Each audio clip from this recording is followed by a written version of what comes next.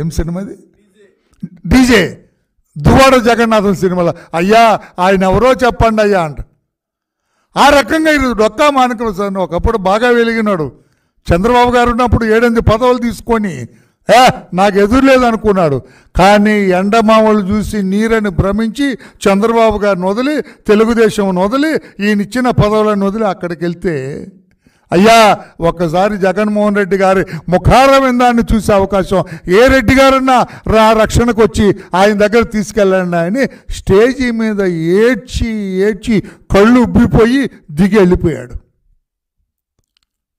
అదిరా బాబు దళితుల పరిస్థితి వైఎస్ జగన్మోహన్ రెడ్డి గారి దగ్గర. అర్థం చేసుకోండి. అతనికంటే ఎవరు పాపం? మంచి మాదిక బిడ్డ, బాగా బతికినోడే పాపం. ఈ రోజున అట్లా వాడి కర్మగాలి అట్లా ఏడ్చాడు, కానీ బాగా బతికినోడే. డొక్కా మాణిక్యం బాగా బతికినోడే. ఈ రోజున కర్మగాలి ఒక్కసారి జగన్మోహన్ రెడ్డి గారి ముఖారవిందాన్ని నాకు చూపించి పుణ్యం కట్టుకోండి ఏ రెడ్డి అయినా అన్నాడు ఓపెన్గా.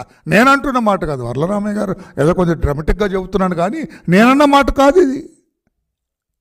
ఈ రోజున పూతలపట్టు ఎమ్మెల్యే బాబు, ఆయన కూడా పట్టుకోలేకపోయాము. మా జగన్మోహన్ రెడ్డి మా మేనమామ అన్నాడు, సార్ బహుత్ అచ్చా కడితే సార్, బ్రహ్మాండంగా చేస్తాడు సార్, నాకు అన్నీ పెడతాడు సార్.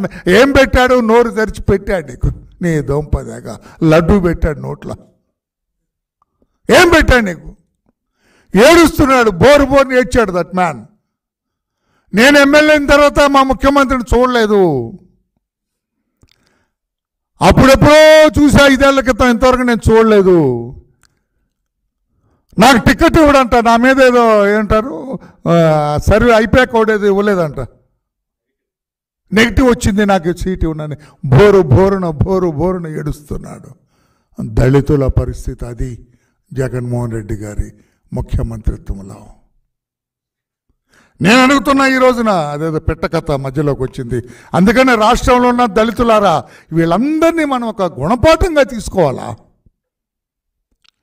నేను అడుగుతున్నా, మిస్టర్ ఎవరా ఇప్పుడు ఎర్రగొండపాలెం నుంచి పారిపోయాడట, అతను వేరే మినిస్టర్ ఆదిమూలం సురేష్. నేను అడుగుతున్నా, సురేష్ గారు గౌరవ మంత్రివర్య ఐఆర్ఎస్ ఆఫీసర్గా ఉన్నప్పుడు ఎంత దర్జాగా ఉన్నావు, మంత్రి అయిన తర్వాత నీ కర్మ ఎట్లా కాలింది? చొక్కా ఇప్పి ఒక తాగుబోతోళ్ళకు చొక్కా ఇప్పి తిప్పించాడు. నీ దంపదగా నీకు సిగ్గుందా? నీకు జగన్మోహన్ రెడ్డి గారిని చొక్కా ఇప్పింది.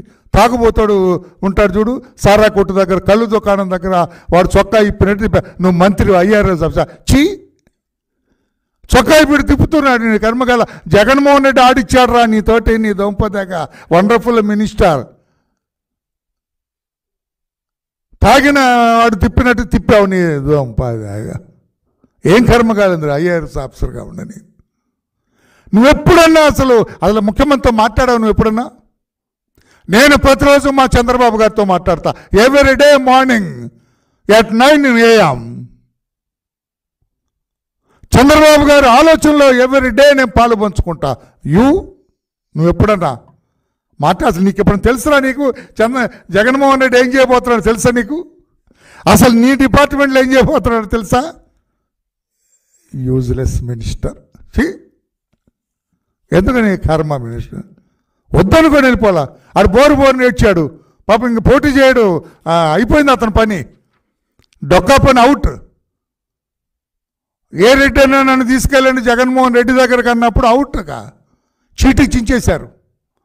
ఆడవాడో బాబు అంట పూతలు పట్టాడు, ఆడేదో ఏడ్చాడు, ఆడు చీటీ చించేశాడు. నీకు అదే భయం కదా, అందుకే చొక్కా ఇప్పి తిరిగావు.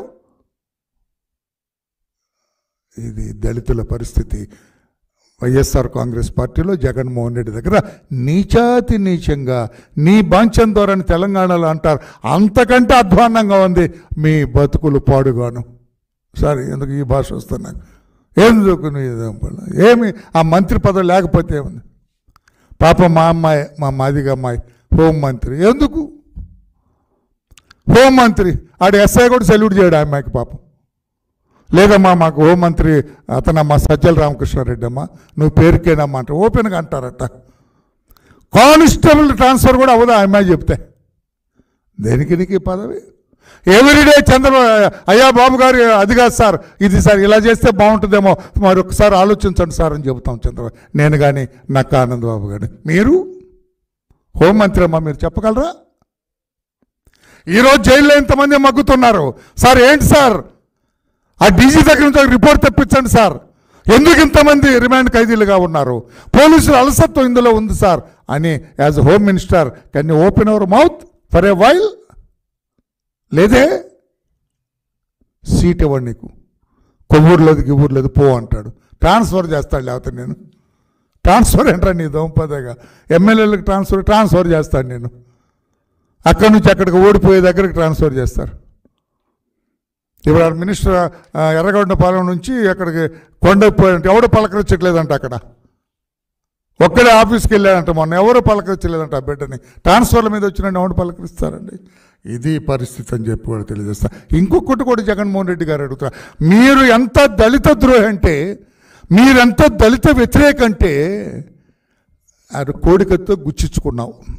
ఎందుకు గుచ్చించుకున్నావు? Everybody nose. రాజకీయ లబ్ధి. నేను ఎవడన్నా కోడికత్తు హత్య చేస్తాడండి? కోడికత్తుతో హత్య చేశాడు